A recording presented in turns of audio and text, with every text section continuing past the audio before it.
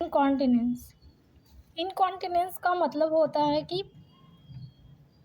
Person control नहीं कर पाता है और उसको यूरिन पास आउट हो जाता है।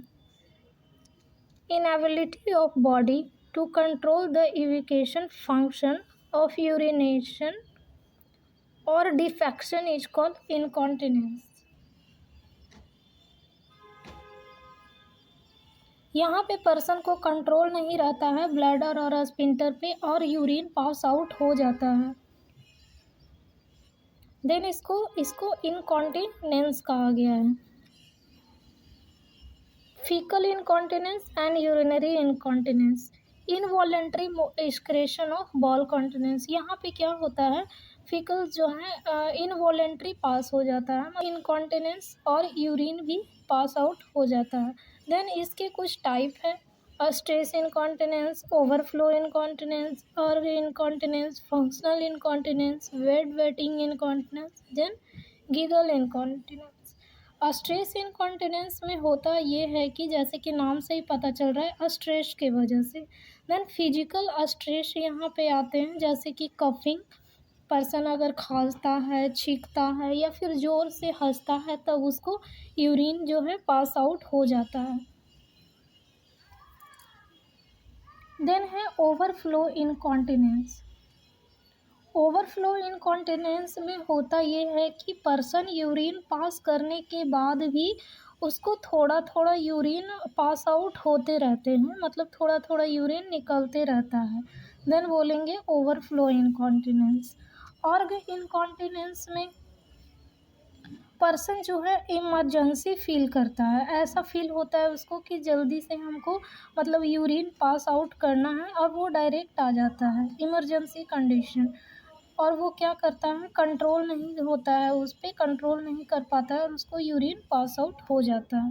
देन है हमारा फंक्शनल इनकॉन्टिनेंस। यहाँ फंक्शनल इनकॉन्टिनेंस में अगर पर्सन को न्यूरोलॉजिकल डिसऑर्डर है या फिर उसका जो स्पिंटर है वो काम करना बंद कर दिया हो, जिसकी वजह से उसका यूरिन जो है पास आउट हो जाता है। देन है वेटिंग। ये ज़्यादातर छोटे बच्चों में देखा जाता है, वो बेड पे ही यूरिन पास आउट कर देते हैं।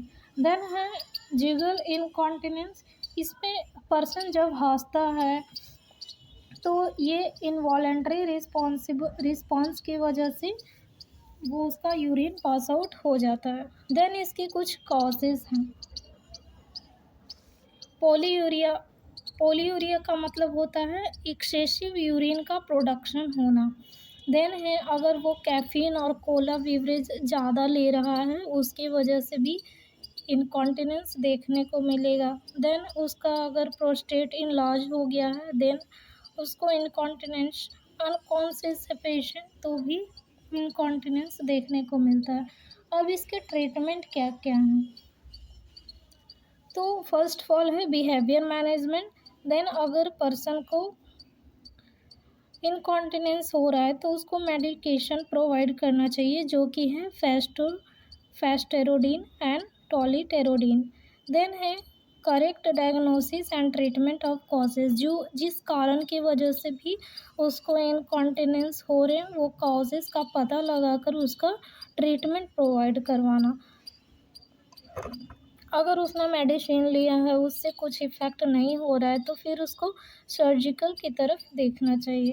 अगर सर्जरी का ज़रूरत है तो वो यूज़ किया जाना चाहिए।